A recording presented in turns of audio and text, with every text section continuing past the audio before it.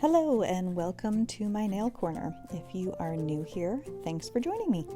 I am working with two Revel colors today, Chant and Marion. Chant is a pretty chocolate brown and it has a slight bronze shimmer to it, and Marion is kind of like a creamy off-white with a shimmer to it also.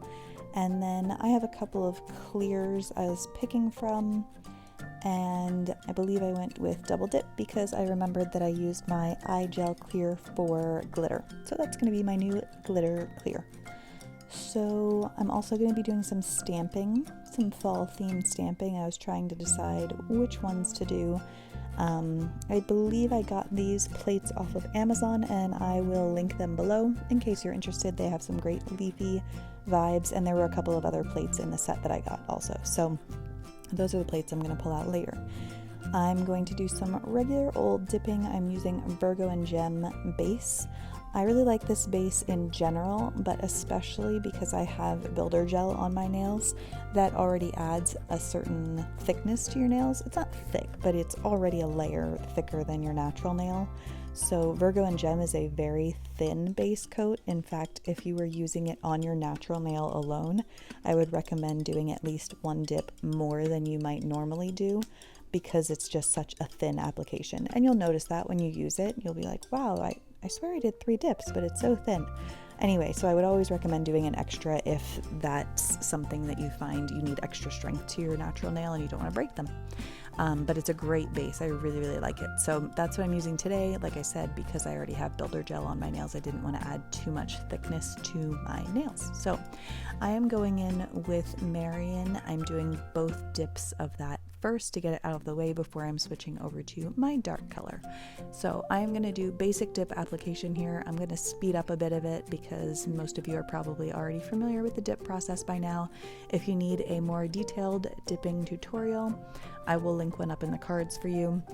I also plan on doing one coming up with just like a one color mani, including all my filing, e-filing, and I'll talk through the whole thing and give a beginner's guide to dipping, but this is not that. So I'm going to speed through this for you guys and get to the fun part, which is the stamping, and it is chrome stamping. So I'll give you the tips and tricks I learned along the way in a few minutes here.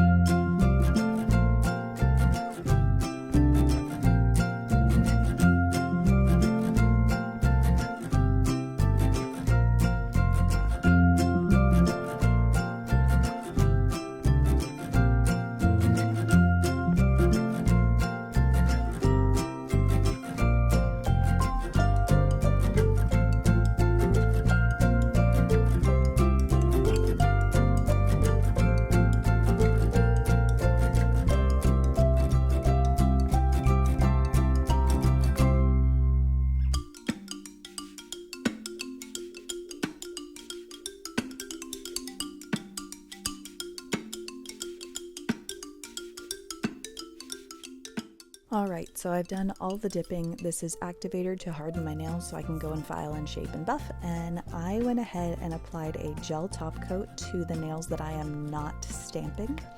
And now I'm going to go ahead and get into my chrome stamping. So I ordered those chromes from, I want to say AliExpress. They were super cheap and came with like a whole bunch. So I dumped some into a little jar there.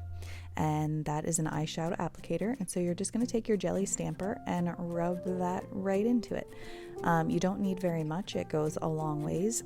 I do recommend that you have a jelly stamper that is dedicated to chrome stamping, because as you'll see when I clean it off later, it leaves kind of like a film on your jelly stamper. So that is kind of forever going to be there, I think.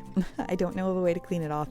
If you know of one, let me know, but I recommend having a dedicated jelly stamper. They're like $5 for those. I think I don't remember what brand they are, but I will drop those in the description box as well. They're great jelly stampers.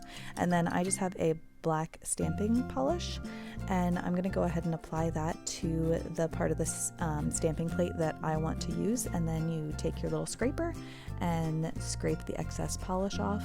I was more specific about this than I usually would be because I just haven't done the chrome stamping a lot and I didn't want to mess it up too badly. So you go ahead and use your stamper right over with the chrome.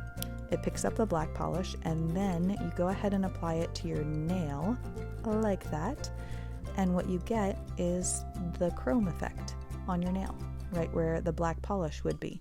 So I think it's really cool. I had seen this process before. I saw Carole Annette do it with some flamingos, and I just loved it. So a couple of things that I learned different from regular stamping is that sometimes when I regular stamp, I'll go ahead and apply the top coat to my nails and then stamp over it. That way I can remove it easily with regular nail polish remover if I want to. It doesn't work with chrome. If you do that, your chrome just kind of ends up all over the nail, not just where the stamping polish is.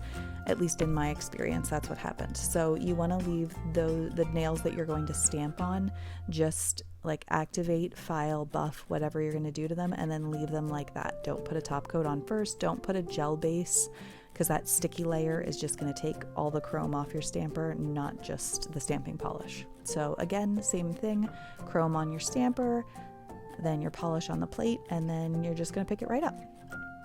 And it applied really beautifully. It's kind of magic to me. I'm like amazed at how it works, and whoever figured this out for the first time is my hero, because I thought it was beautiful. So after I finished that up, I used a Maniology No Smudge top coat. You can just use acetone on a cotton ball to clean off your stamping plate. That's the best thing in my experience. And then that is just a lint roller that takes it off your plate, or off of your stamper. So as you can see, it kind of has that film left over. So you've been warned, you could ruin your stamper if you use chrome on it. So make sure you have a spare. So I went ahead and used the Maniology No Smudge top coat on top of my stamping. I like that because it does a really good job of not smudging my stamping, but then to make it hold up long term, I did go ahead and do a gel top coat over top of that and cured it for 60 seconds. So that's it. It was a really simple process once I kind of learned the ins and outs. Don't give up if it doesn't work your first try. Just try again. Chromes are really fun to work with. I've used a couple of them in different things lately. I'm going to do some more coming up on my channel, so subscribe if you haven't already and join me for those upcoming videos. So here it is. Let me know what you guys think of this, and if you had any questions that I didn't answer. I am finishing up this mani, as I always do, with my cuticle candy. I love this stuff. It keeps my nails and cuticles really healthy, and who doesn't want hydrated cuticles? So I have a coupon code down in my description box if you need one. It's Kate15 at Candy Skincare for 15% off of your order. So thanks for joining me today. I hope you guys have a great day, and I hope you enjoyed this video. Come back and see me in my next one. Bye now.